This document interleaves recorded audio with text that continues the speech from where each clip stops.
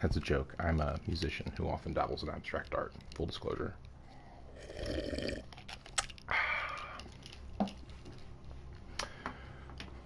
Alright, welcome everyone. Before these, I like to watch, because I like to be indulgent every once in a while, the intro to Bloodborne. So we're going to watch the Attract mode, I think is what it's called. I learned from Matthew Matosis. Great channel. Check him out if you haven't already. I think I learned from him, and I think this comes from his Demon Souls commentary, actually, that the Attract mode videos are like a remnant from arcade video game design, because when people weren't playing them, they needed a way to look attractive and interesting, to bring, you know, customers over to put their coins in the machine. It's a wonderful way of preserving history, I think, in games design.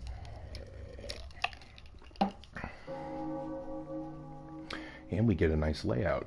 We see the Astral Clock Tower built in front of the cathedral. The streets of Yharnum. I believe that this is specifically the streets where Ariana and the untrustworthy stranger are encountered.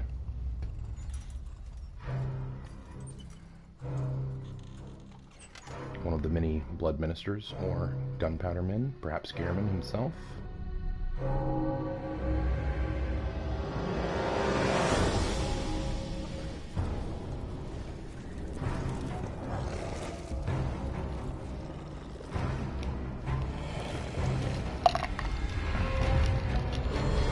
Who's a good blow?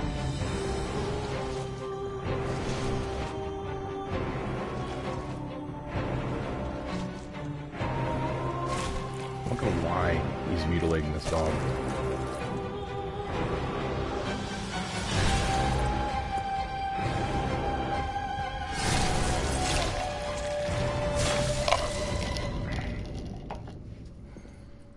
Really pretty chilling indictment of trends in the game industry, but also a pretty unabashed indulgence too.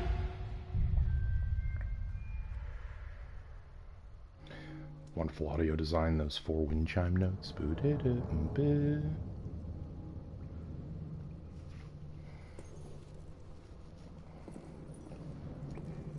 wonder where this is. Maybe the sewers?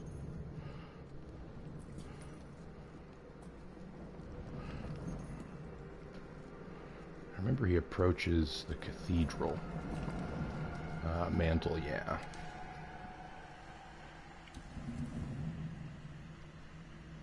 This could even be a chalice dungeon thing, since there's a tree behind it. I don't think there's a tree behind it in the Grand Cathedral.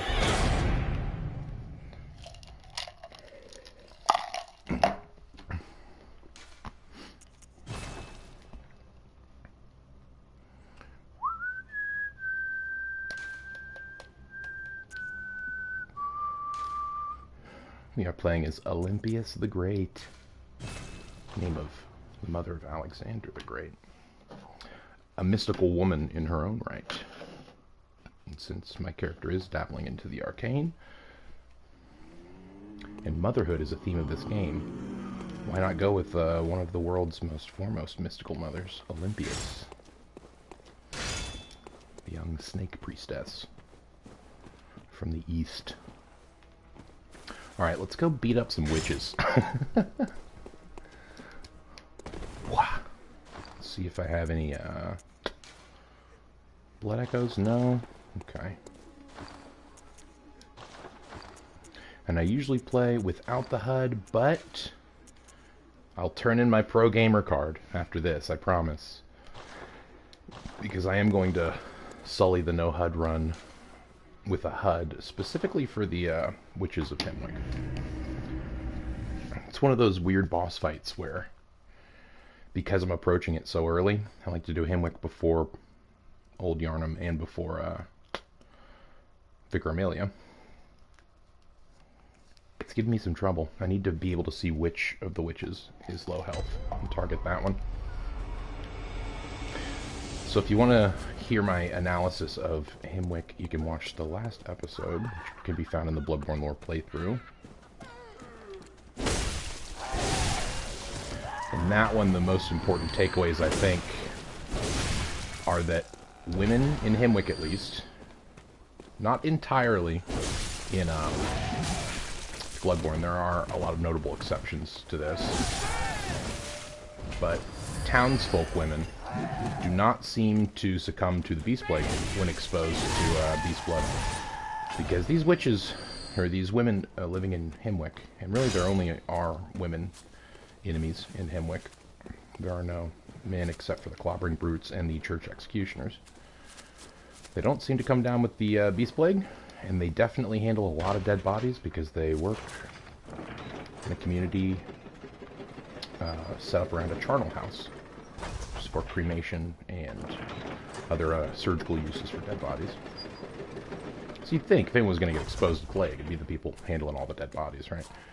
So it's curious that the women here don't. I think it has a lot to do with Bloodborne's themes about motherhood, themes about birth, themes about sort of, I think, a dark age in human times that took us from, the Stone Age, Fire Age, old-style humans into modernity and the sort of darkness and terror of modern life.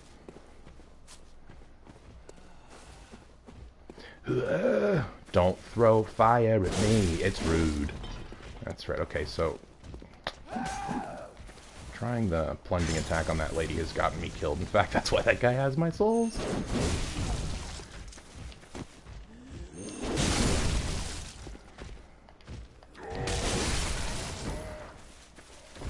Should have gone with the heavy attack to get all of that rally potential back.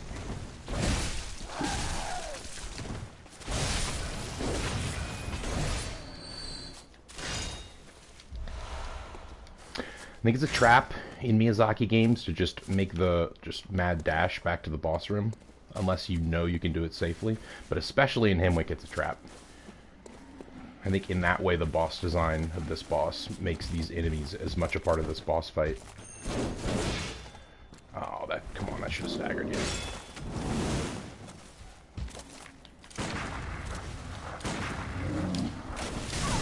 Oh god, such a sweeping horizontal arc. Come on, let me get in there, damn it.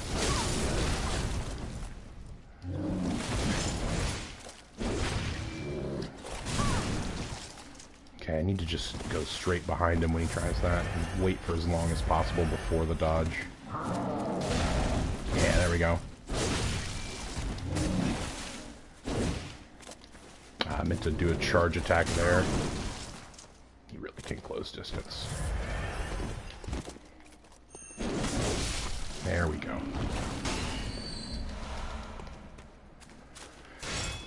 And I've already used 6 blood vials. Not great. Maybe I can get them back from this guy without using any. Sometimes these guys drop 3 or 4.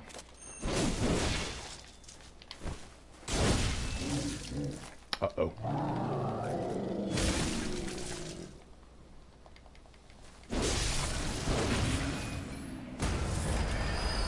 Okay, well he paid me back 2 after the one that I used. Still a net gain.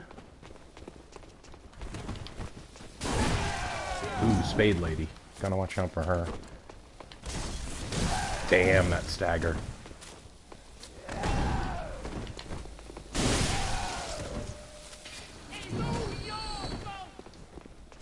It's all your fault. I like to pay attention to the voice lines. They tell us a lot about the lore in Bloodborne. And we've been told before... Uh-oh. This is not a good spot. We've been told before that a lot of people in Yharnum accredit the coming of the Beast Plague to foreign blood, like outsiders, people who travel to Yharnum, seeking out the Healing Church, I suspect. And all of the voice lines we hear from these enemies seem to confirm that.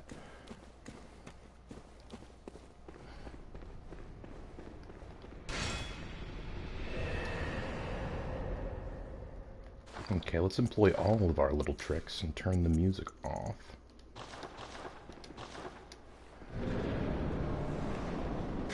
so now we have benefit of HUD and music. Oh, I think I heard her. That's crazy that the positional audio on the witches is that good, actually. Turning off music is a good call. Should I deal with these wraiths? Oh, they have quite a lot of health.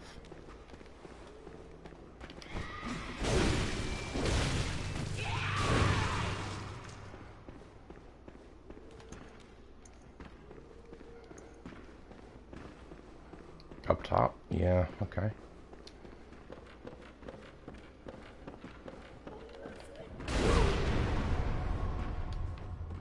Start using magic on me, huh?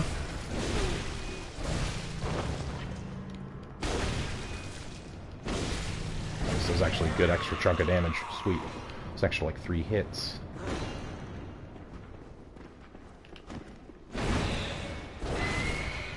Okay, so these ladies stagger pretty easily. Ooh, but they can really close distance. Okay.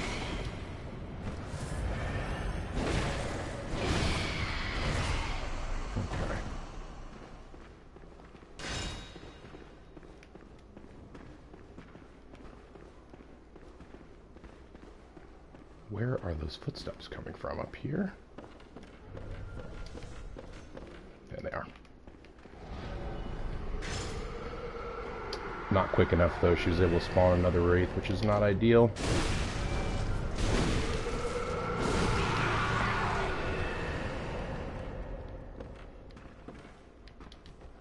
Let's top up just in case.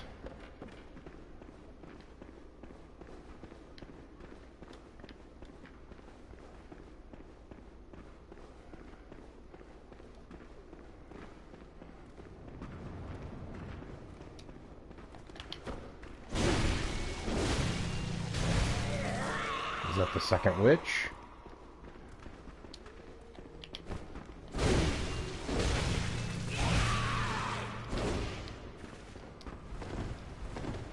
It's actually good to be putting some on the second witch.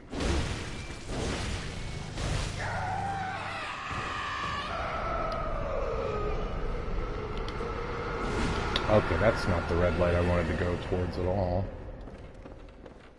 I want to go towards the witch and take her out quick. Here she is.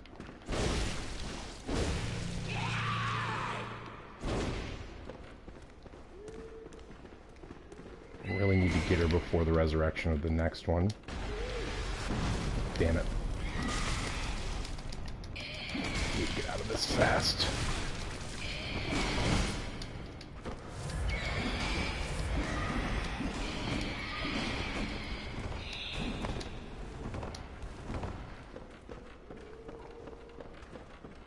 I think she's upstairs. Nope, downstairs.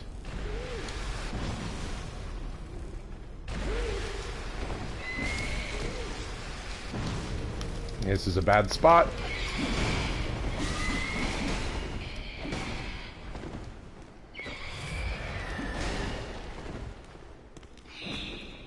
Okay, need to take out this other witch first.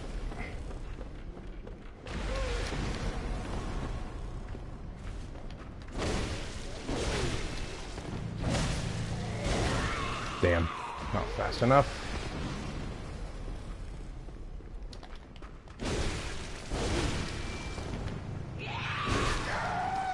Okay, second witch out. That's the most important thing.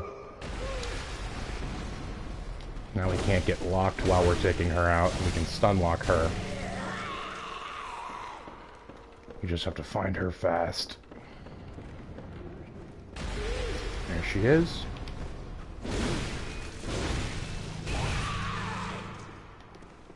Don't get greedy.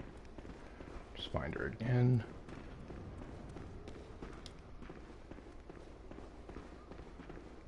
Looks like she's here.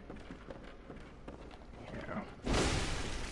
Subtle lighting effects. This is it? Yeah, there we go. There we go. There we go. And she's reviving too. Whew. Man, so okay, most of the time you just turn off the music so that the boss fight isn't stressful, but with this fight, I found the interesting thing about turning off the music is that the positional audio, which is very subtle, like the quality of the witch's footsteps, both on creaking wood and on like cobblestone.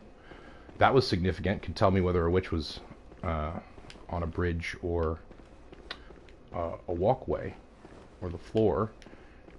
And also the positional audio on the projectiles that magically bind you, which is the chief problem of not being able to see the health bars with the HUD. I need to be able to identify the witch that is lower health so I can take her out in one hit.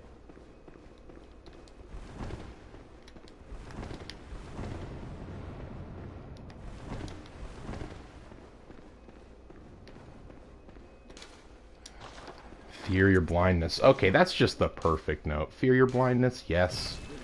Because I was blind for this playthrough. Like in the last video, if you go back, you'll see that I die against these witches like 3 times in a row. And so just call it quits. Come back to it today.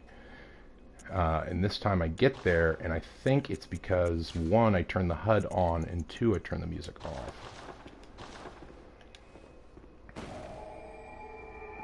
Alright, lamp lit. What's my souls level? Ooh, 21,000. That's pretty good. See, that's the other reason I like coming to Hemwick early. It's tough if you do it as the very first section, sort of after you get the Hunter Chief emblem, but the leveling is great. Nothing but execution here. Oh, that's maybe not true, actually. There's more than execution, but it's good to know anyway. Alright, so let's examine this level design. It's pretty interesting. I like to go into detective mode with very obviously set pieces like this. First, let's look at the Rune Workshop tool. So I think it's interesting, first of all, to compare the mechanical devices that we get. And this Blood Gem Workshop tool looks a lot like a press. You know, something like, almost something you'd use to brand something or stamp something, but with more of like a metallic corkscrew element. And this is to infuse your weaponry with blood gems, like to press them into, I think, the weapon, perhaps in a smithy, something like that. And the Rune Workshop tool is similarly a press. It's a press, it's a brand, but it looks like it's going on to different things. Like, I'm not sure what is implied to be carried in that case, but it looks to be bound in leather.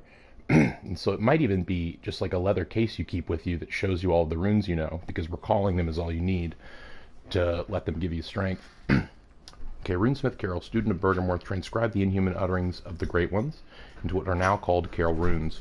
The hunter who retrieves this workshop tool can etch Carol runes into the mind to attain their wondrous strength. Provost Willem would have been proud of Carol's runes, as they do not rely on blood in any measure. So there's an obvious distinction between these two very similar items. This one relies on blood in every measure. It is a Blood Gem Workshop tool. This one doesn't rely on blood in any measure, which I think lends credence to the theory that that Rune Workshop tool is like a leather-bound chest of sorts that lets you transcribe runes into that leather by heating the brand and burning them. There could even be more sinister elements to that leather. It could be that that leather isn't animal leather, given what we saw the hunter doing in the intro video, which is like skinning a dog, basically.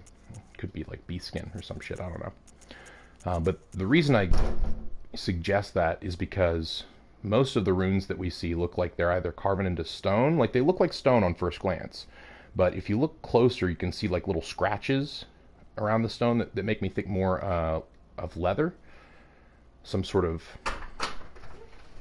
almost more fabric-like material than stone.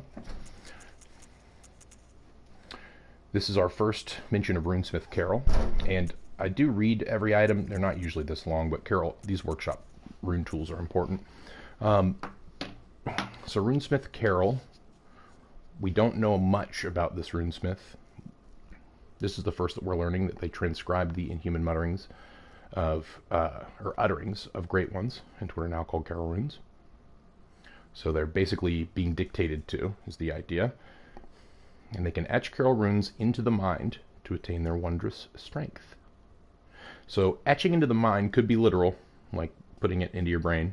Unlikely that we're undergoing surgery every time we do this. So etching it into the mind could just be sort of a mimetic tool, a remembrance. And so etching that rune like on a piece of parchment or a book of leather would be the same thing as like keeping a notebook.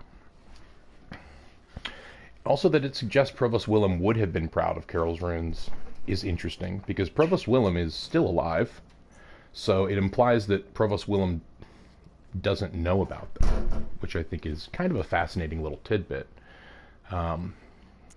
Perhaps it references Willem's death in the real world, but not in the Dreamlands, or Willem's symbolic death, because while he is alive, he's not really alive. He's sort of a growth, like a husk of something else. But interesting little wordplay there. All right, now what the fuck is going on in this room? Lots of papers. Specific entrance for moonlight. Skeletons in top hats, no. Not canon. Potions, books, candles. Surgical devices, writings.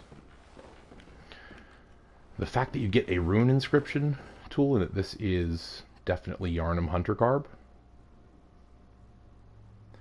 means that they either needed a man for this ritual, and so they just captured the first enemy faction that they could, and that was a hunter from Yharnum, or that this is a particular hunter from Yharnum. The fact that the texts are displayed around it is very fascinating, I think. Like, there's no real reason to put text around somebody in this fashion. Like, if you're working surgery on them, you wouldn't just lay them on the floor.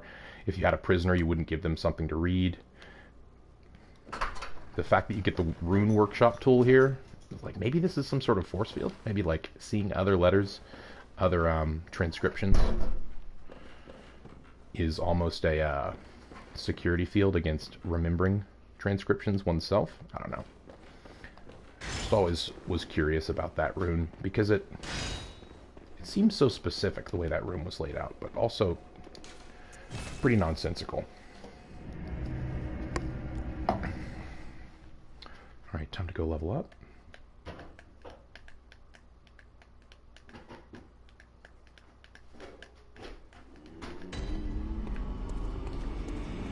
Welcome. Very well then. 2 levels. So why don't we bring endurance and strength up 1? Farewell. Farewell. Oh no. And let's use this memory altar. Okay, so the memory altar definitely, I don't know if that's just weird glare from fine fabric material or like bloodstain, but it looks a lot like bloodstain to me. Looks like we might actually be pressing these into our skull or something like that.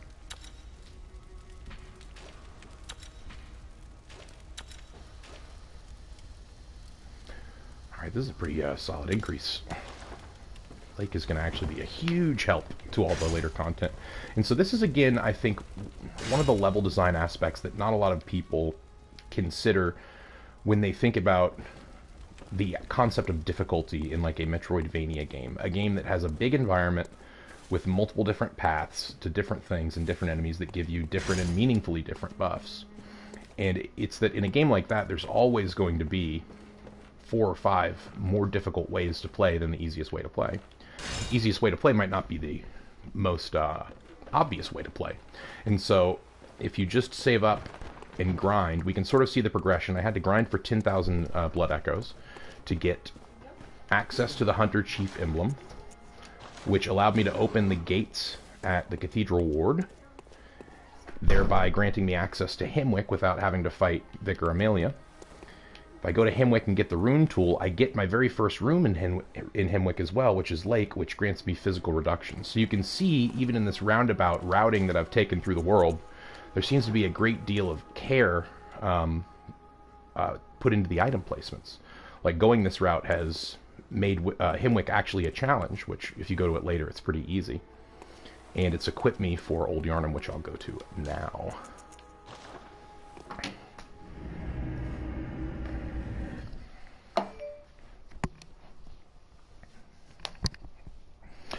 Adornment prized by the Knights of Canehurst resembles a ponytail of silver hair. The Canehurst way is a mix of nostalgia and bombast. Okay, so this is the mention we see. The first hunter of hunters came from a foreign land. Interesting. Maybe that's why they're blaming us. Maybe it wasn't the first hunters coming from a foreign land, it was the first hunters of hunters coming from a foreign land. And if we are hunting the hunters, then maybe they blame us for the spread of the beast plague. Maybe that's the propaganda the church is running. Let's see if this old lady has anything to say. Nope, she knows all my tricks. I've turned the HUD back off because witches are done with.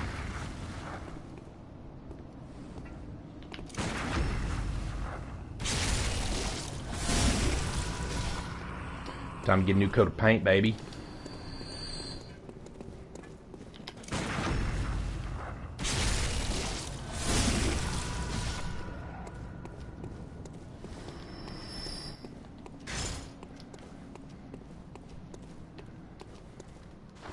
And I think just because I want to get a feel for what my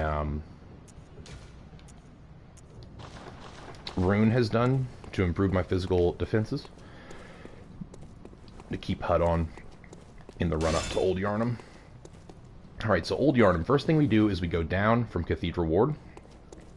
We're treated to this useless but quite pretty balcony. I imagine that at some point there might have been an NPC encounter here because this is just too picturesque and too intentionally staged.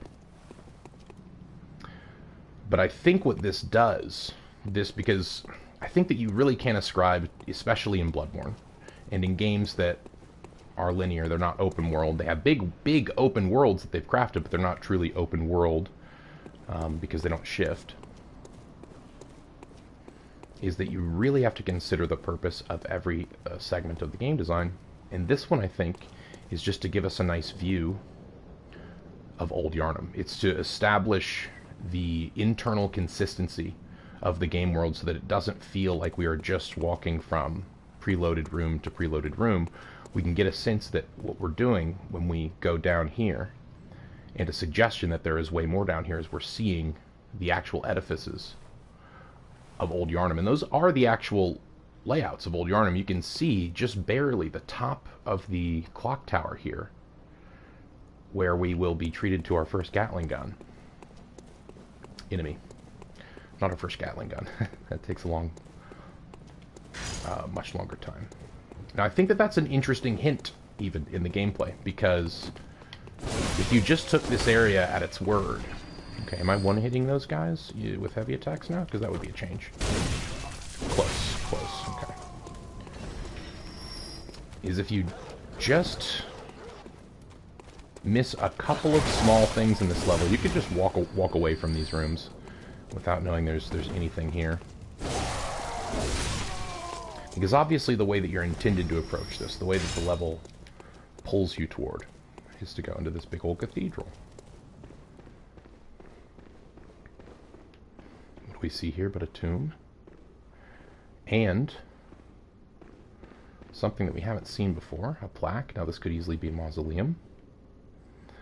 But the moon is shining in specifically from this window.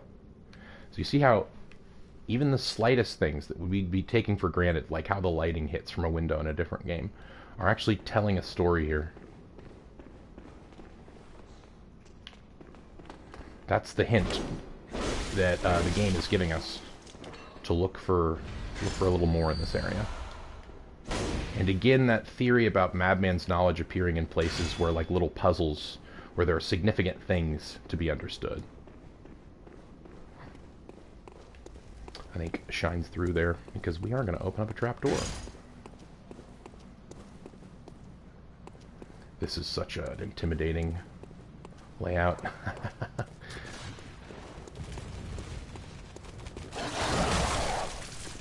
Two dogs at once is a hassle.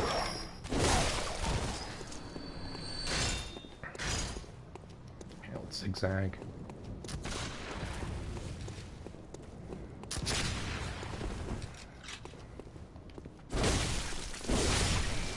Thank God for stagger physics, huh? Give me some bullets, baby. Wonderful tree. Okay, and here we are led back into the cathedral.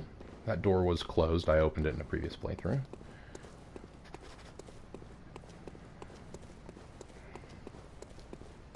Alright, now let's meet one of our first NPCs, other than Eileen. Praying to a statue of, I think, Martyr Ligarius or some other executioner, wearing the executioner's helm. and the executioner's robes. This fellow's also wearing the executioner's robes. This is a memorial of some sort. Little private church cemetery, probably commissioned by the Healing Church, so I imagine these are some sort of soldiers that have fallen in duty. By the look of the statue, probably executioners. You're a beast hunter, aren't you? I knew it. That's precisely how I started out. Oh, beg pardon. You may call me Alfred, protege of If you have the Master headphones on Ligarius, right now, you can hear hunter of vile bloods. So, the panning what say you? from left to Prey right might speaker. differ, but we are hunters, center. the both of us. Why not cooperate and discuss the things we've learned? So at this point in the game, he seems like the friendliest and like most he's your truest comrade. He seems to be a beast hunter as well, so let's cooperate. Oh, very good. Very good indeed. Take this. And a lot of to Dark Souls celebrate players, our if they came to acquaintance. Bloodborne next, would immediately accept, because they would see, shall we cooperate? And they would think, jolly cooperation, like Solaire. Let's go for it. Fire paper, wonderful. Beast And prey. hunting is a sacred practice. May the good blood guide your way. And so up to now, he's pretty similar to Eileen for us, right? He's given us a useful item, fire paper, and fire paper, why don't we read it? Looks like sandpaper, a spark, and fire, so it's probably drenched sandpaper. Coarse paper that applies fire to weapons when rubbed. A hunter tool found in the Healing Church workshop since the tragedy that struck Old Yharnum. Fire has become a staple in the beast hunts and is thought to cleanse impurity. Certain types of beasts have a normal fear of flame. So he's given us prey, so he's pious, and he's given us fire paper, because he's a fellow beast hunter like we. Eileen gave us a bold hunter mark, allowing us to return to the dream, suggesting that maybe Alfred is not a part of the dream. He is a beast hunter, but not a hunter of hunters, not a pale, not a moon-scented hunter. That's just a theory. But at this point, the game has set him up to be just as much of an ally as Eileen, I There think. must be Perhaps oodles even for more. us to share. Go on. Just tell me what piques your interest. As you know, the Healing Church is the fountainhead of blood healing. Well, I'm a simple hunter, quite unfamiliar with the ins and outs of the institution. But I have Seems like a heard lie. that the holy medium of blood healing is venerated. Okay, so in he's the clearly main lying to us. He's not a cathedral. simple hunter. He's an executioner. Executioners are sort of the top brass in the Healing Church. That's a straight-up lie. Interesting. If you seek blood healing, and the church is willing, you should pay them. So that's fascinating. Once you understand what's going on with Alfred, he's actually lying to you here, whereas Eileen tells you the truth. Byrgenwerth is an old place of learning, and the tomb of the gods, carved out below Yharnum, should be familiar to every hunter. Well, once a group of young Byrgenwerth scholars discovered a holy medium deep within the tomb. This led to the founding of the Healing Church and the establishment of blood healing. A In holy this medium. sense, We should everything remember sacred in Yharnum that can be specific traced terminology. back to Byrgenwerth. But today, the college lies deep within a tangled wood, abandoned and decrepit. And furthermore, the Healing Church has declared Byrgenwerth forbidden ground. It's unclear how many of its scholars remain alive, but only they know the password that allows passage through the gate. So he tells us how to get to Byrgenwerth in a really roundabout way, and he tells us how to get, to go and search out the Healing Church. I bid you farewell. But It has been the more we get to know his story, which I imagine a lot of viewers will have played Bloodborne and will know his story, so this won't be a huge spoiler. And if you are concerned about spoilers, you wouldn't be watching a playthrough. But the more we know about his story, the more we understand that he's just told us several lies there. He's definitely associated with the Healing Church. He told us that he's just a lowly hunter who has no association with them. That's a lie. And he seems to know how to access the password to Byrgenwerth. Alright, so here is the other room that shows us the importance of this lighting. Pull the lever. We could in fact have a little balcony seat. Look at that. Lovely. And Madman's knowledge connects the other endpoint of that Madman's knowledge. So further solidifying the use of item placement as sort of ethereal little dots for players to connect.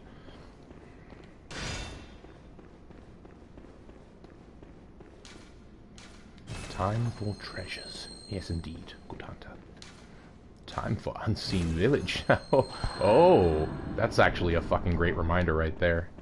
Did this guy point backwards? If this guy pointed backwards, he's a legend. Let me see the point.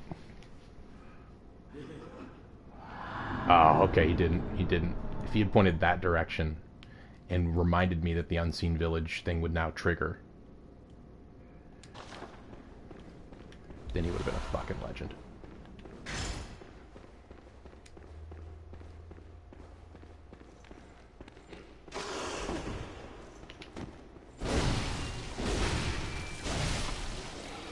Nice. 3 hitting the werewolves. That's a good milestone. Ah, yes, and my small hand lantern has reminded me that I've died.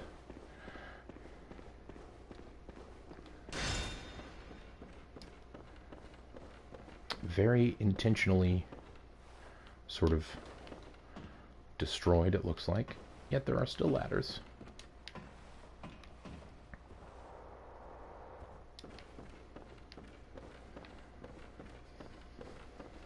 So it looks like destroyed at one point, but then maybe later, after the place had been sealed off, some niceties and utilities were implemented for agents to go down into it.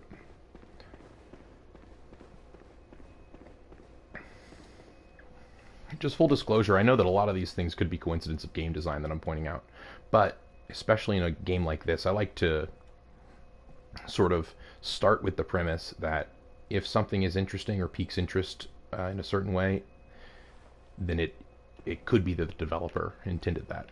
I think exploring those things in games like Miyazaki's games is really fun. Let's explore this area a little bit. Just a bunch of unlit incense.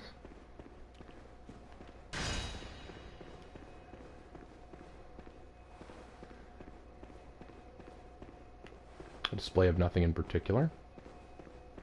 Almost like a statue is packed up and moved out. And here we are with an important decision to make. This town is long abandoned. Hunters not wanted here. So if you were a totally generous and,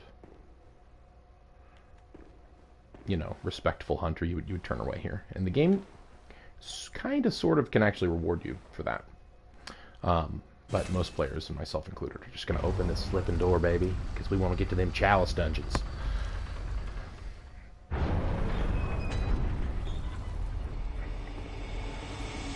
Alright, so if we've been paying attention to our notes thus forth, this is an important place.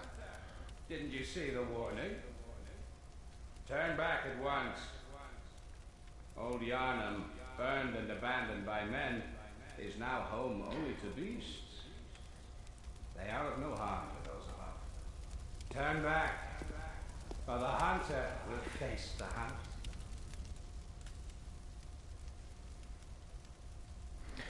So I just want to point out the brilliance that a game can reach when it gives us these sorts of dialogues instead of cutscenes.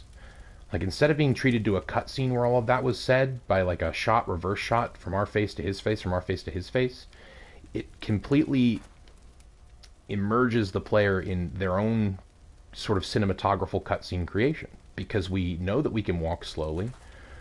We have this beautiful scenery to look at. It's just not being catered and framed for us like it would be in a movie. And so, since all we get is this slow opening mechanic, somewhat like a cutscene, and then immediate dialogue with us immersed in the world, now we're looking for him, seeing if we can find him. If we've already played through and we know where he is, we might be looking at the things around us, like how these crucifixes of beastmen are still burning, communicating to us that there's recent activity here, that these are intentional, these are symbolic. We have some level design parameters set out for us. We have piles of ash that look like they really obscure places where monsters could be hiding. And we have sort of these like fire-drenched nighttime skies. Oh, and one statue, which is filled the load. That's funny. Let's see what we have over here. 6 blood vials.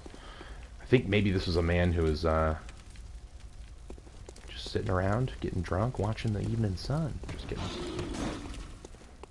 And here, even though I knew that these piles could obscure enemies, I was still led through that ringer without noticing this guy. Alright, so what does that guy say to us? He says, turn back. There are no men left here, only beasts roam the streets, which seems like a pretty clear invitation to hunt. Then he says, oh, I gotta get it, I gotta get it, I gotta get it!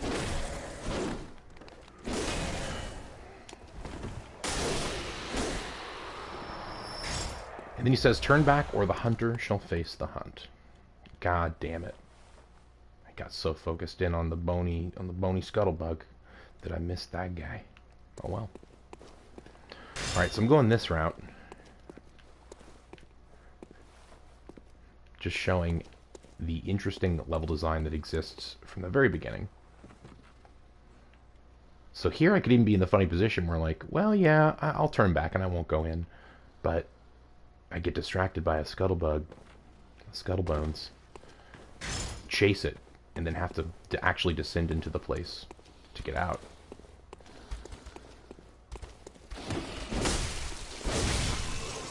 You see beasts with blankets over their head. I think that the blankets over their head thing means that they're either sensitive to light, because it is still daytime, but later on we see them in the nighttime and they still are dressed like this.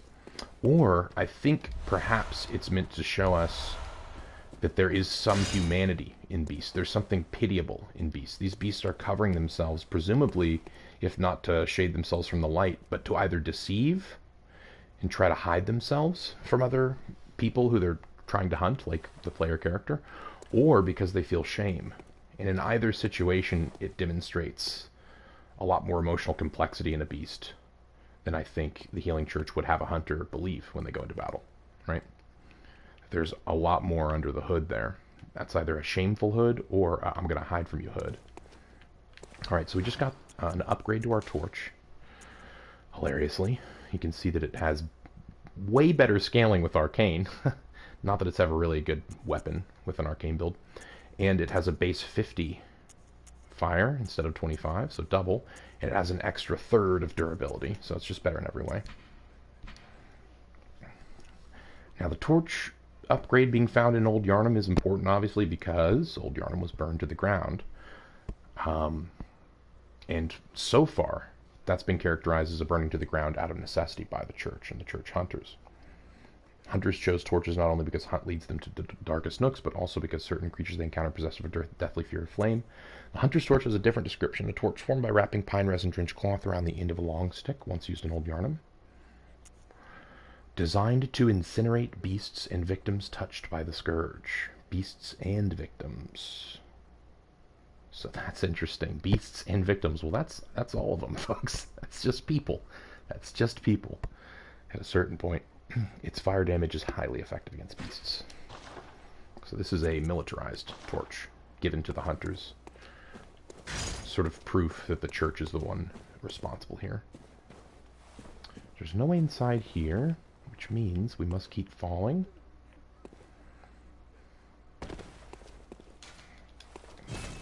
A gate that doesn't open from that side.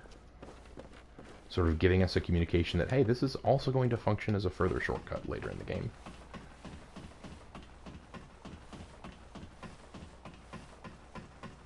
And I like that the scuttlebug really tempts the player off of that ledge at the beginning. Because I think going through this little area really prepares you to be extra keen when you're going through Old Yharnum. Got some cold blood dew, delicious. Some Mountain Dew flavors. I'll get that on the way back up.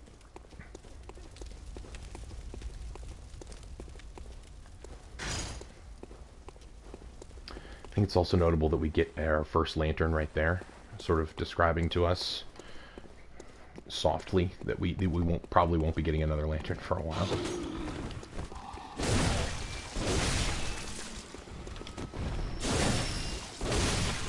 Okay, heavy light. these piles of ash are fucking unnerving. I can see their blanket really does help them to blend in.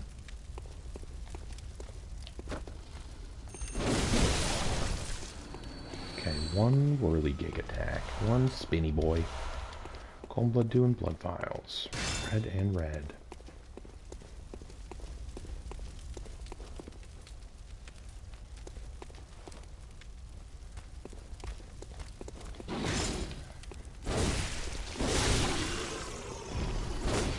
Damn. Missed my rally window. Radiant blood gem. It's the first enemy that we've actually got a blood gem from. And since the sort of more in the midst of their transformation, sort of townspeople beasts, we don't get blood gems from them, but we do get blood gems from these completely transformed beasts. And these beasts that are sort of common beasts, they're not like werewolves, they're not cleric beasts. They're just lowly beasts. They're just regular fucking beasts that just want to live their lives, man. You are a skilled hunter. Ooh. Adept, merciless. He's been watching us. Blood, as the best hunters are. Half cut with blood. Half cut with blood is the best hunters are? What does that mean, Jura? I think maybe that's a reference to the moon presence. I think this is the same, like, the scent of a real hunter, of a hunter of hunters, of a pale, of a moon-scented hunter, pale blood hunter. Half cut with blood. I think maybe the other half is whatever the fucking doll is doing with our blood echoes. Maybe infusing them. Pale blood. I think maybe what it tells us to seek pale blood, what it's telling us to do is to seek more levels, like more infusion from the doll. Alright, so now we can start to see that tower that we saw earlier. And let's actually take a look with our monocular.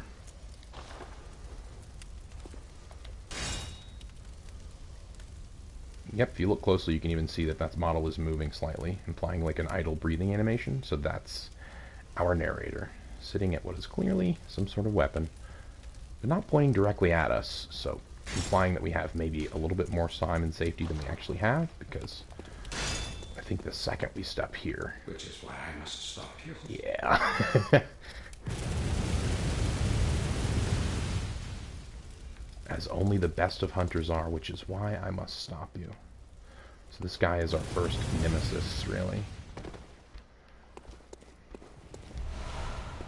Now, if you've been through the other section, if you chase the Scuttlebones, you'll be quite used to looking for places to drop down, because we are going down in this level. We start an important aspect of level design in Castlevania games. Verticality is everything. Especially in the early ones, like Castlevania and Metroid games, everything had to be vertical. There was only 2Ds, right? Not 3. So now that the Z-axis has been added, we have to preserve that verticality in level design. And so, rather than in a level where we're ascending, we start here in a level where we're descending, and it makes a lot of sense to have the level grow wider with buildings, and to give us pathways down that are perhaps more variable and strategic. Oh, hey! Dodge that bullet. Intimidating but staggerable. Much bigger, with red eyes. Item here. Antidote. First time we've received that item, actually. Why don't we read a bit about Antidote?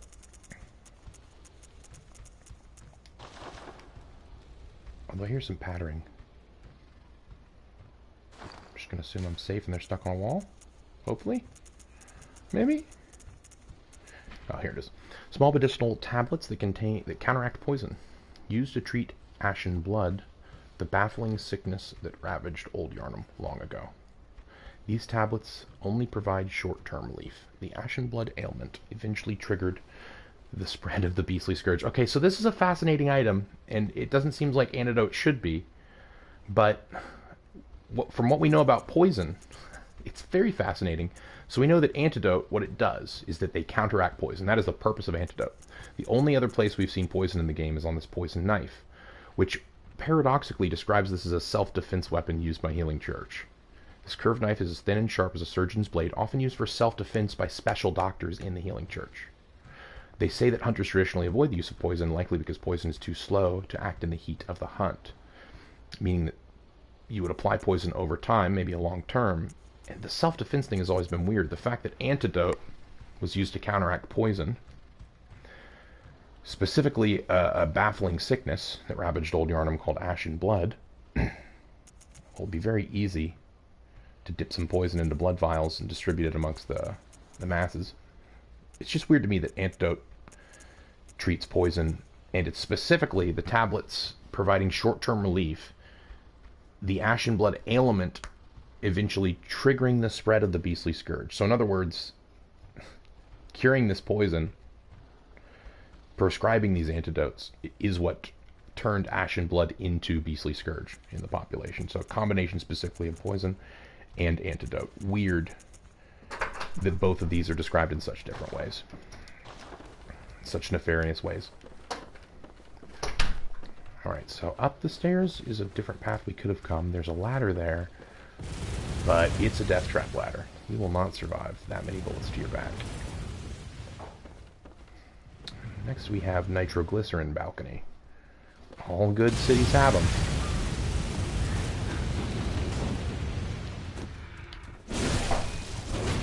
Whoa.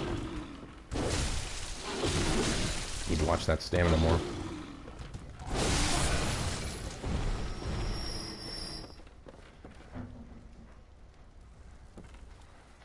Okay, so there is a safe zone here, and we can see a path now that he's blown up the nitroglycerin.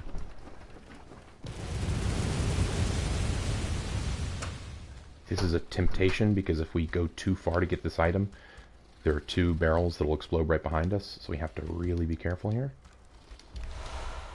More antidote. Mad dash, pile of crows, pretty rude.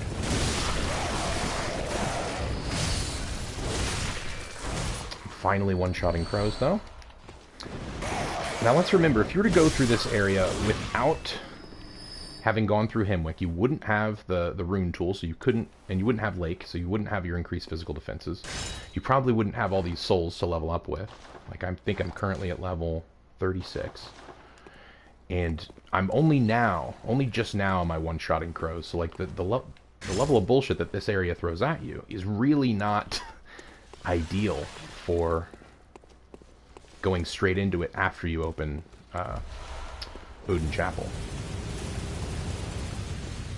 Which makes sense, because if you're going to sell me a Hunter Chief emblem for 10,000 flippin' souls really in the game, I better get use out of that emblem. So if I'm a player who is enticed by that sort of exploration, of course I'm going to buy that emblem. And what that emblem really does for you is it allows you to get further into the world before exploring these areas. This has the additional benefit of, if you go into this area and it's really hard for you, well, you can go back and see in the shop there's a Hunter Chief emblem and wonder, well, what the hell is that going to do? Maybe I can go explore that area instead of walking into old Yharnum and dying. And they benefit different playstyles too, because if you want blood gems, you come here, and if you want runes, you go to Hemwick. Alright, this is some classic, like, draw and eliminate one by one play. I can't be running out there. Oh, come on. Did that not aggro you? That's frustrating. Perhaps a pebble may do the trick. Nope, I think that guy's just stuck. Oh, pissed his friend off, though. I guess they're good friends.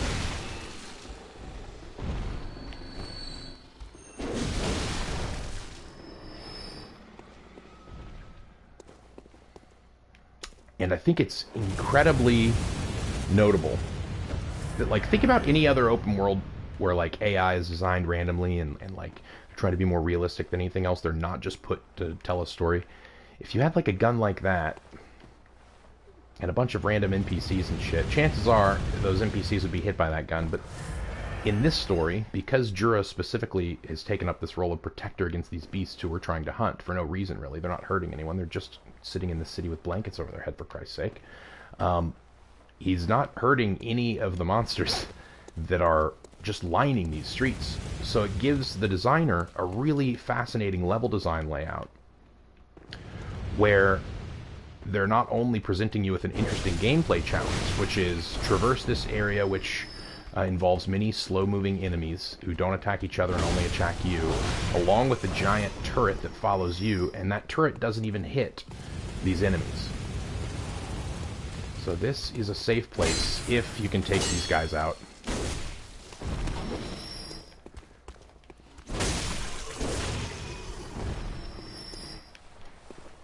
And in fact, I do like to put a note here, usually. Kind of start filling out my notes, too. I like free health files.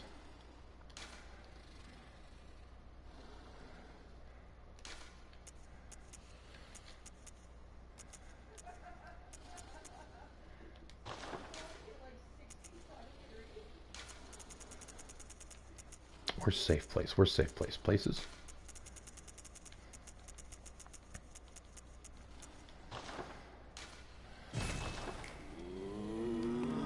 Just to give somebody a message. And see, that's the great thing about this message design, is that if what I'm trying to evaluate when I'm at that doorway is where is safe for me to make a break to, because I know if I stand still, I'm just going to get shot by this Gatling gun. If I look over and see a little bubbling message pile, if I see that it was possible, even for someone to write a note here, that seamlessly communicates what I'm trying to communicate with this note, which is that this is a safe place. If I had enough time to stand in one place and write a note, this is fundamentally a safe place, and a discerning enough gameplay or gamer will figure that out. This is, I think, what real emergent gameplay ends up looking like, and it's really rare, and it only happens a few times, even when systems like this are implemented. But like times where the system for implementation and the gameplay challenge line up in this perfect way. That's what emergent gameplay is, really, I think. Oh, hey, come back to my office. I call it a safe place. Oh, man, and look at how much aid I'm getting from my lake rune. Okay, so that, I think, is pretty much a trap. I could probably dash over there.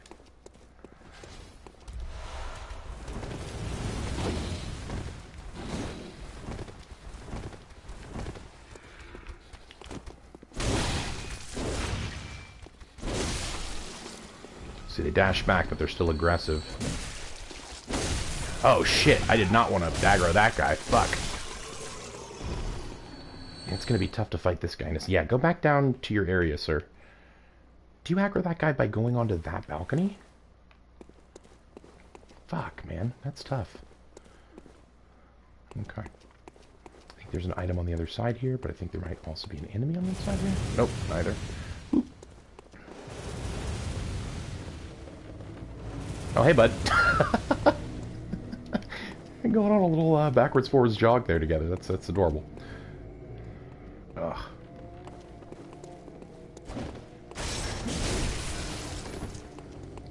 So I'm even doing a good deal of like my damage resistance, doing a great job against him too. God, he really, this AI really wants to abuse you alongside the Gatling gun. See, if I didn't have that lake rune, whew, I'd be getting torn apart right now. See, like, I'm really, really inclined to follow him there because he's just going to heal. Oh, I guess not. Yeah, now he's going to heal. Fucker.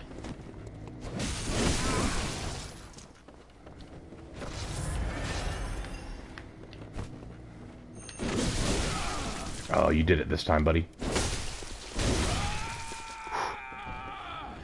Okay, so I have some I have some safety room.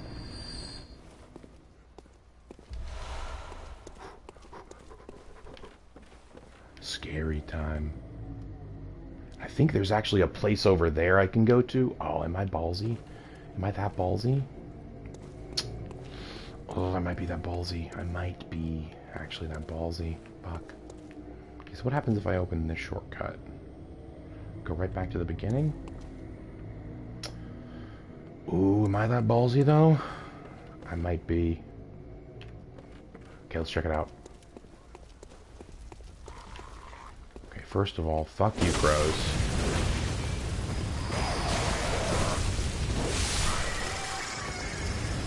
Gatling gun is a lot like a crow. Okay. This is the spot. I think I need to make a jump here. No! They got me good! Fuck. Oh, wait, what? What? What? Dude! Oh my god. He had my back. Instead of making the jump, it just pushed... Oh my god. That is so fucking lucky. Thank you, Jura. Fuck. Okay, cool. So now let's not make the least of this. And let's take a look at another cool gameplay element, which is how the torch interacts with the level design in this area. So this is one of the first really dark areas where I need a torch. If I were to go in here without a torch and just fucking not wimp out, I would be swarmed pretty quickly by some little beasties. There's a swarm of them coming down the stairs and 3 of them hiding out here.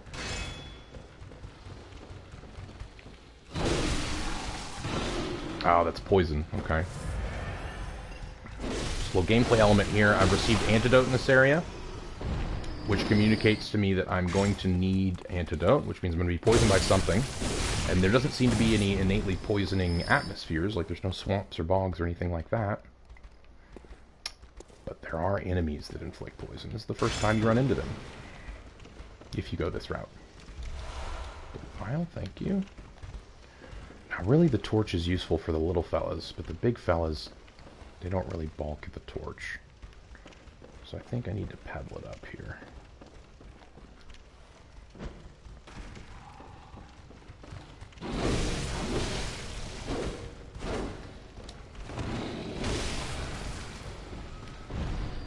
And this is where I should start practicing my backstep combat a little more, I think.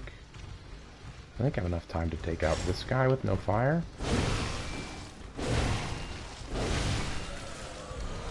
Not bad, not bad. Some antidote and some blood vials.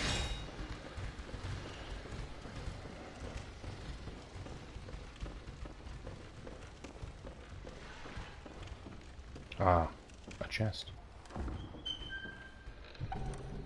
And a pretty long stairway. Get another gemstone.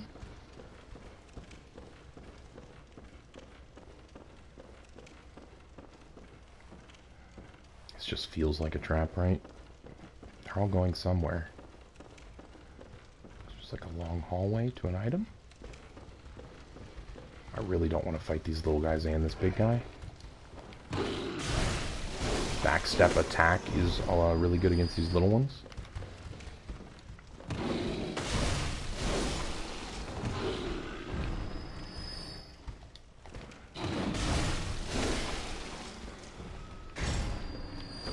And we'll do a wind up for the big boys because their hitbox is giant.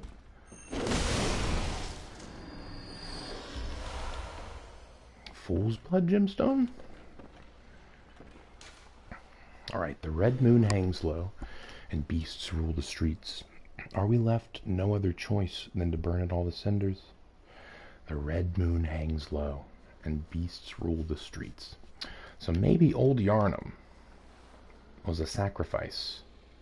So I think there are 2 options for old Yharnum. Either old Yharnum is a sign of what happens on a certain cycle of the moon, after a certain amount of work has been done towards some ritual, either surreptitiously or intentionally, that causes the beast plague to basically be unfightable. Just totally transforms everyone, gotta burn it all down.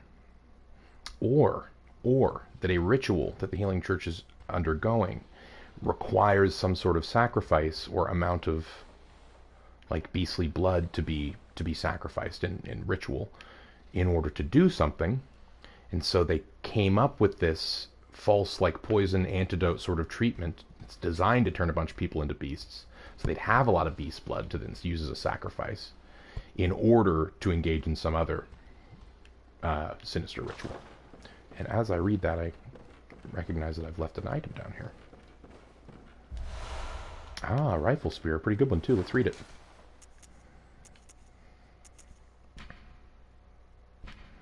So rifle spear is E scaling with strength, D scaling with skill, descaling with Blood Tinge, descaling with Arcane.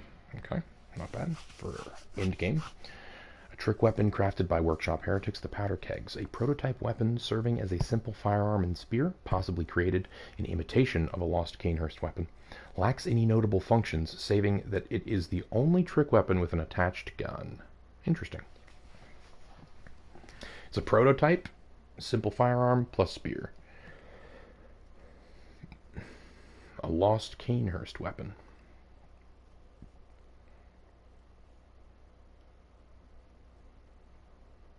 Now the Workshop Heretics are interesting because I can never fully remember. I think the Heretics are like the Resistance, right? Like I think Jura is a Heretics member. The Powder Kegs, in other words. Or it could just be that gunpowder itself was heresy.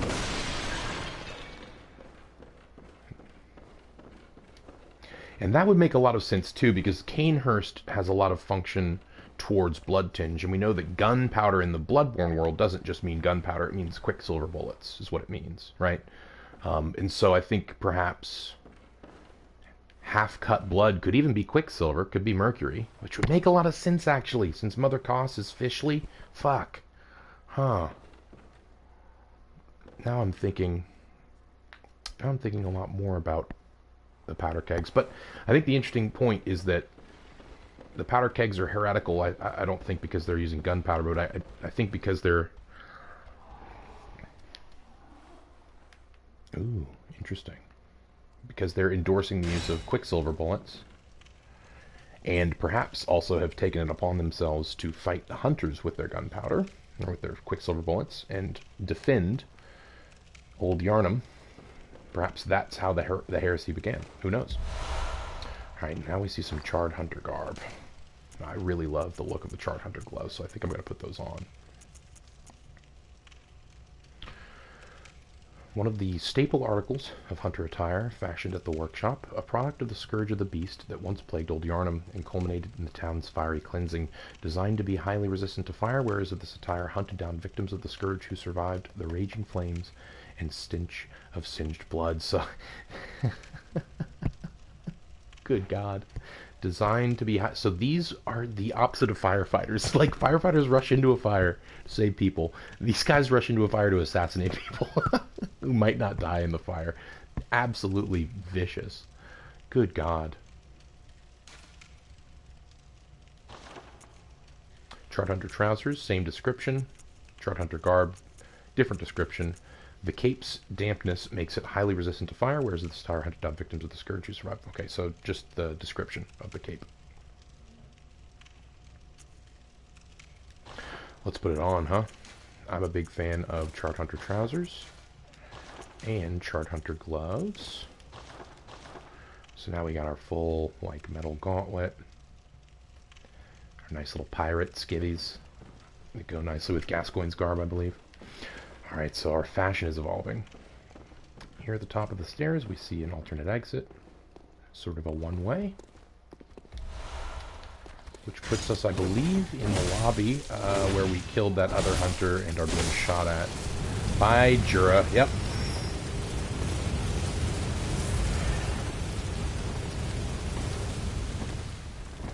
Whew, close one. Buddy, I need you to stop that. Whew. Alright, so I don't often befriend Jura, but I really am feeling it this playthrough, so I'm not going to go up and encounter Jura at this point. Instead... Oh, but I actually will use Jura's ladder, because it's useful.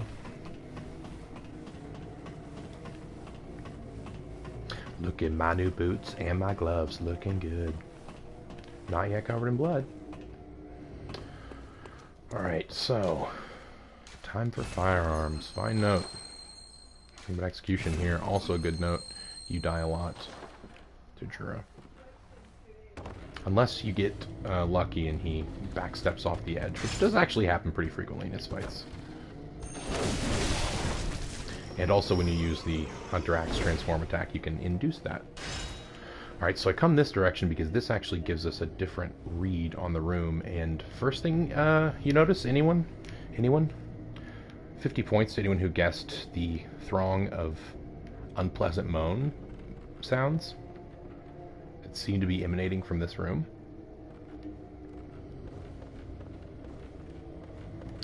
So I really just want to touch on how incredible this is. And this is the sort of verticality that we see effortlessly taken from like the Castlevania Metroid series, where like, especially in Castlevania, there'd be whole sections that would consist of rafters, right? Like, it'd be like a clock tower that would essentially just be like an attic of the castle. And so like most of your gameplay would be on these like little rafter sections. But if we're descending into an ancient cathedral, it's really wonderful that the level gives us two prongs of approach. Ooh, that could have been bad. But what I really want to draw our attention to, because we don't get to see this undisturbed unless we enter through this location, and it's the ritual and the source of the moaning going on underneath the rafters. So we can see that enemies are standing in a circle around what appears to be a chained up and sort of desanguinated or inflayed beast creature. And a pretty large one at that.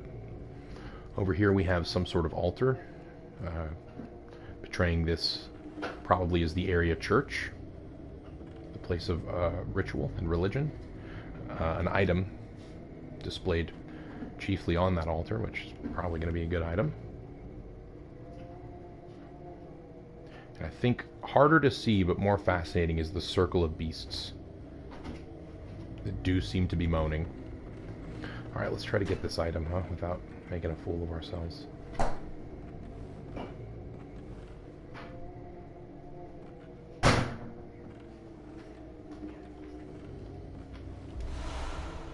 Madman's knowledge, again denoting something intriguing going on here. And I think perhaps denoting that this is the safe place to drop down.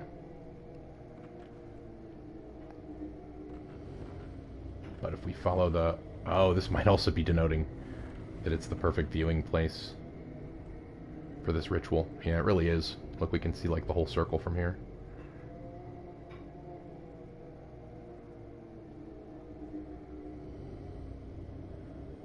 Terrifying. Absolutely terrifying. I think that there's a route you can go over there, but I'm not going to attempt it. I think this is what I want.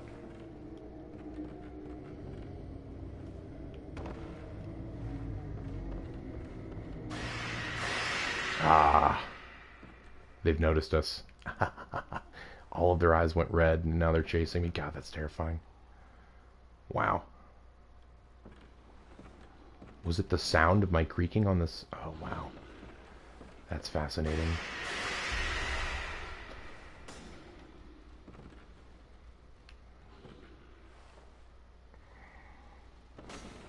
It's really hard to get over to that place, but I want to really badly.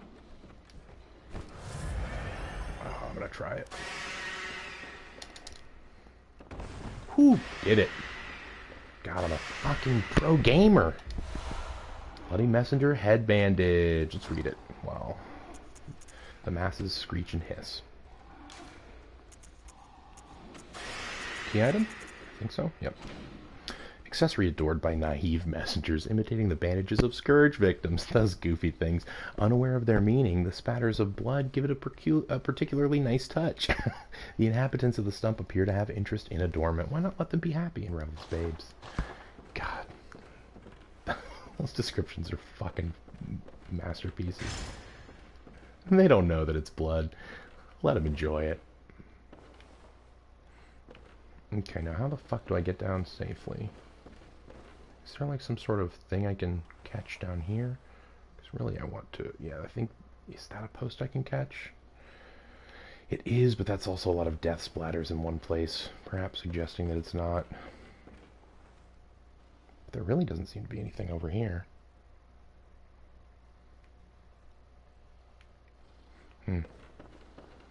Maybe it is my best hope.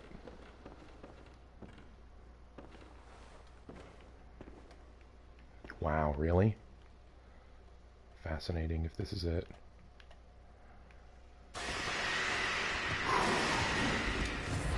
Okay, yeah, let's get the fuck out of here. Run, run, run, run, run, run, run, run, run, run, run, run, run.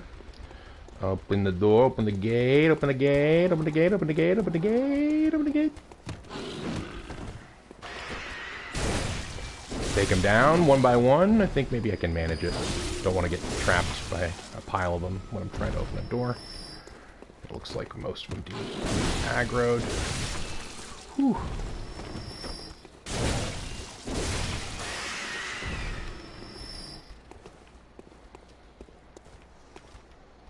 Come at me.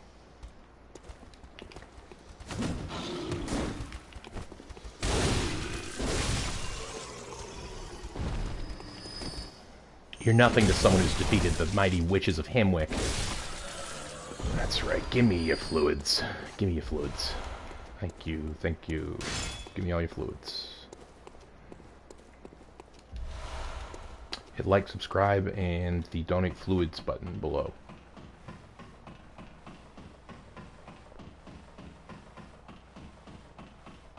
Climbing ladders is my game.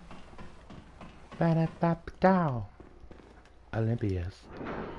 Alright, bullshit shortcut opened.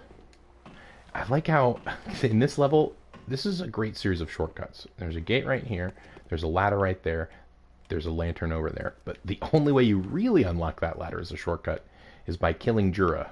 So, in this level, you kind of have to kill a boss, a mini-boss, I think, to unlock a shortcut fully. Because the area is not safe, really, for traversal until you take out Jura. You can try to plan it out every time, but it gets really stressful really quick. Alright, so I took out, I think, a good, like, 5 or 6 enemies from that room, but I think they're at least double that number. And who doesn't love a pile of throws?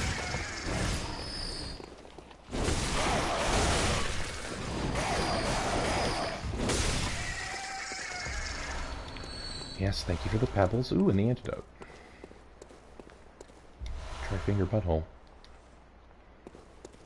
And this is a nice just little tableau of where we'll eventually end up. It's like that was the oldest church, but that church has had its roof blown off. Okay, that's interesting. That, I think, leads more credence to the ritual aspect. There's just no fucking roof on that thing. There's gotta be a reason. Oh my god, I think I know the reason. Because there's no roof in the One Reborn church either. I wonder if that one was just built differently, or if that one went through a similar damage. Maybe a ritual damages roofs on the red from the Red Moon. Some sort of beam of light shining down or something. Who knows? Oh wait, where am I going?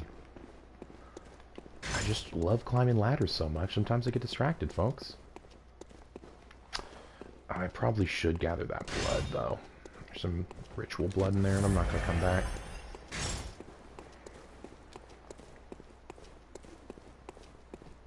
Hey guys, sorry, I just forgot my ritual blood here. I mean, your ritual blood, technically, but it's mine now. Sorry, goodbye. You know, honestly, I'm a little bit peeved that I'm not even enough to aggro you. So I'm going to take out my anger on you and really betray Jura's friendship.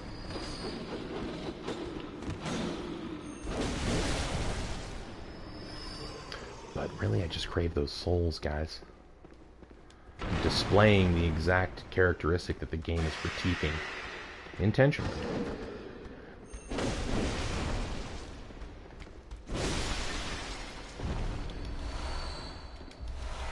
Madman's knowledge. Yep. That's a pretty, whew. It's a pretty worthwhile tableau. I think now we can disable our HUD. Gotten a feel for how defensive I am. God damn, look at that. So similarly, in above ground in Yharnum, there's a beast. It's kind of this big. Maybe not quite this big, but halfway there. But it's burned. It's not flayed. This one is flayed. And this one was flayed by beast people.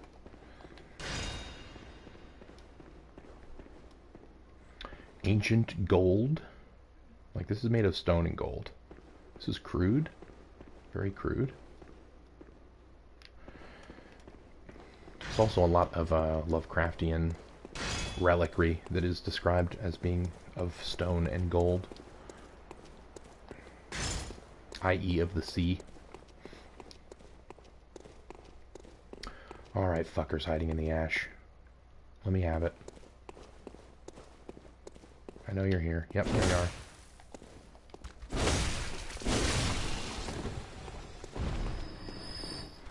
Another two of you, eh?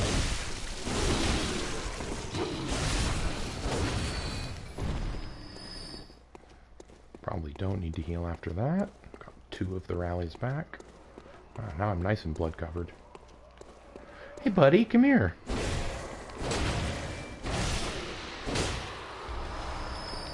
That's the bummer, as I'm getting bloodstone shards from these guys instead of twin bloodstone shards, because you're technically supposed to come here first. You're not supposed to, but you can. It's more obvious too. Alright, wolves. It's wolf time, y'all.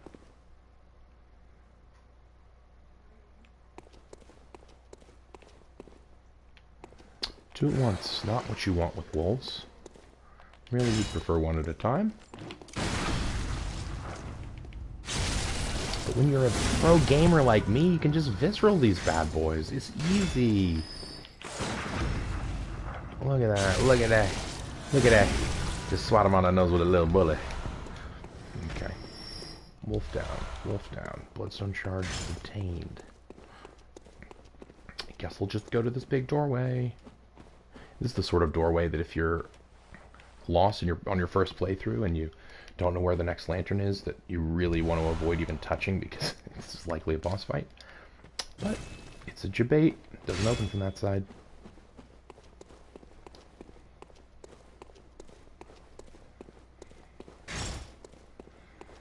Okay. Also, I'd like to note how the further down we get, the more complete these beast transformations seem to be. We actually have some wolf-like beasts. Also, I think you can see it from this bridge. Check this out. Yeah, that's a wolf on that roof over there.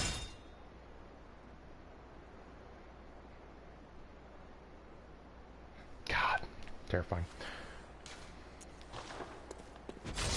No, I don't want that one, but I want this one.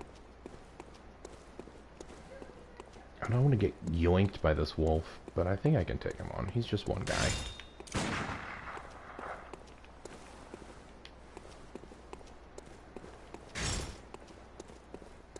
Grabbing this item, it's gonna be safe.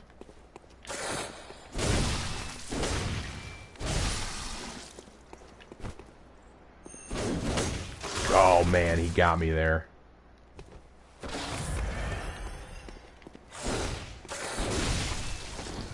This wolf is particularly good at spacing.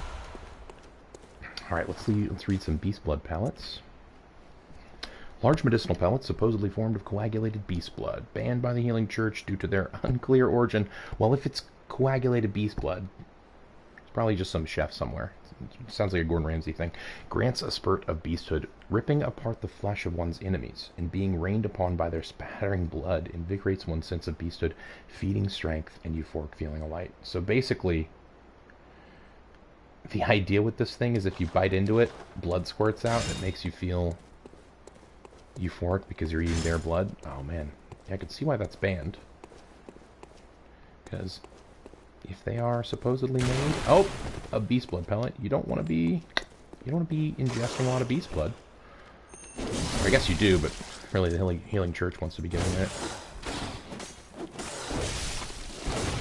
So I think that the tragedy here, right, is that the Healing Church gets everyone hooked on this magical blood, starts transforming people into beasts. And then they're like, oh fuck, oh fuck, oh fuck. But the blood is really addictive, right? It's like a drug. And so people gonna yearn for it anyway. And by that, they end up having to genocide their entire people out of sort of preventative care. And it's a terrifying thing.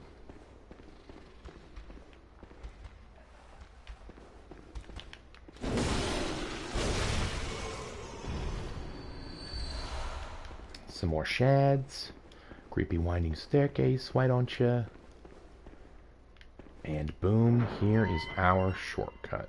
Our shortcut that allows us to avoid that violent juror. He's the judge and the juror. You know what I mean? Yeah, he's a hunter.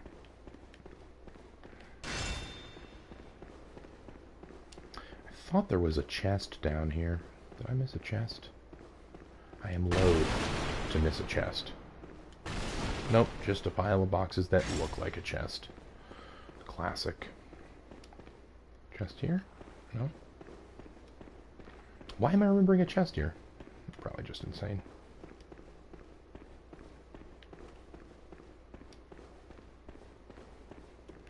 No chest. Shortcut time. It's a time for a shortcut and we're going back home so that we can level up because we have 23,000 blood echoes. There we go.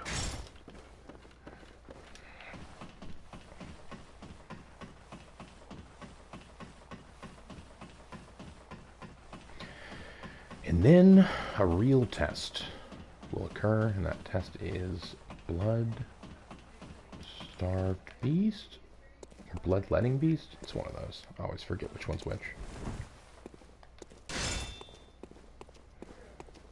And yes, I will use a Bold Hunter's Mark just to retrieve this item more quickly.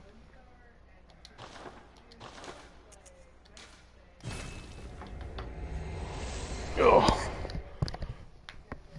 Oh, a hat worn by hunters who admire formality. It's a too-bad. Some hunters place an emphasis on form, as seen by the use of the threaded cane.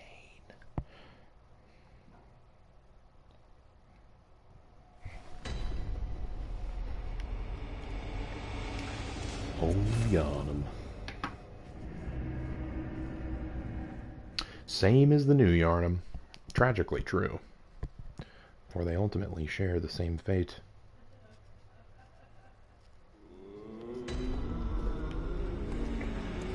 Alright, let's do the menial small things that we need with Blood Echoes first. Repair our shit. Don't think I have enough to fortify the Hunter Axe. Nope, one Twin Bloodstone short. But I can definitely upgrade my pistol. Gotta hold my Twin Bloodstone shards. Let's see if there's anything new at the Insight Bath. Bloodshot Eyeballs are now purchasable. And that's it. And let's also compare some of the blood gems that we got. And by that I mean, of course, throw a pebble at the wall. Blood gem fortification, Hunter Axe. Alright, so yeah, we almost certainly have better ones here. 32 charge attacks and physical up. I think that might be the best one. Yep. Which is good because I use my charge attack quite a lot. And this one just gives me 2 points of damage. Yeah, I'm fine with that. That works.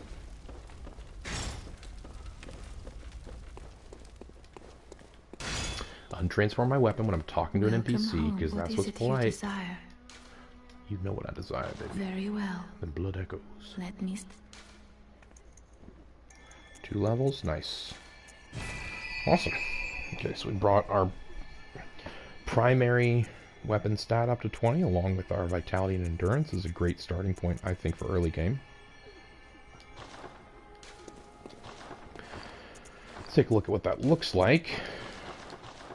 It's a pretty significant upgrade.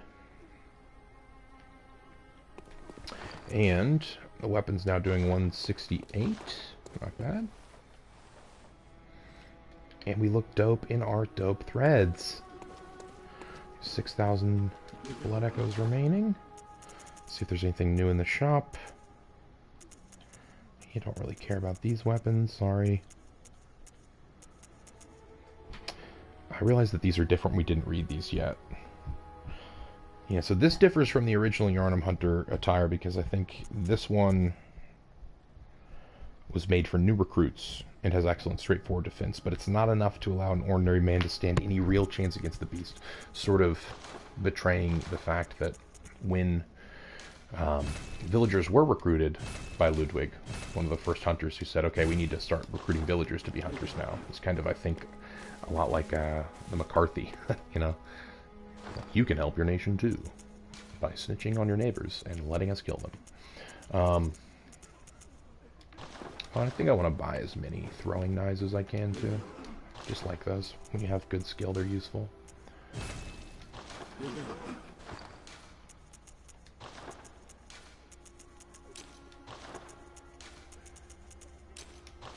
Poison knives are also surprisingly useful. But I think those are so useful I don't want to accidentally click them. Take them off the menu. But yeah, this Yharnum garb really communicates that even when the church was recruiting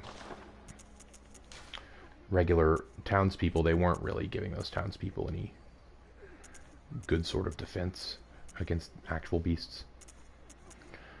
Alright, so our hunter trousers give us better arcane and bolt resistance, but the charred is still pretty much best. Let's see our Yharnum hunter cap compared to a hunter cap. Hunter cap's pretty much better. Cool. Alright, y'all, it's been about an hour and a half. I think we're going to try to take on the blood-starved beast next. And at that point, I think we'll do a little bit of chalice dungeoning. And then jump into Amalia. Oh, and I also want to see if Unseen Village triggers as well. So we're going to test Unseen Village. We're going to take on Blood-Starved Beast. We are going to explore the Chalice Dungeons in the next episode. So tune in next time. Thanks for watching if you did.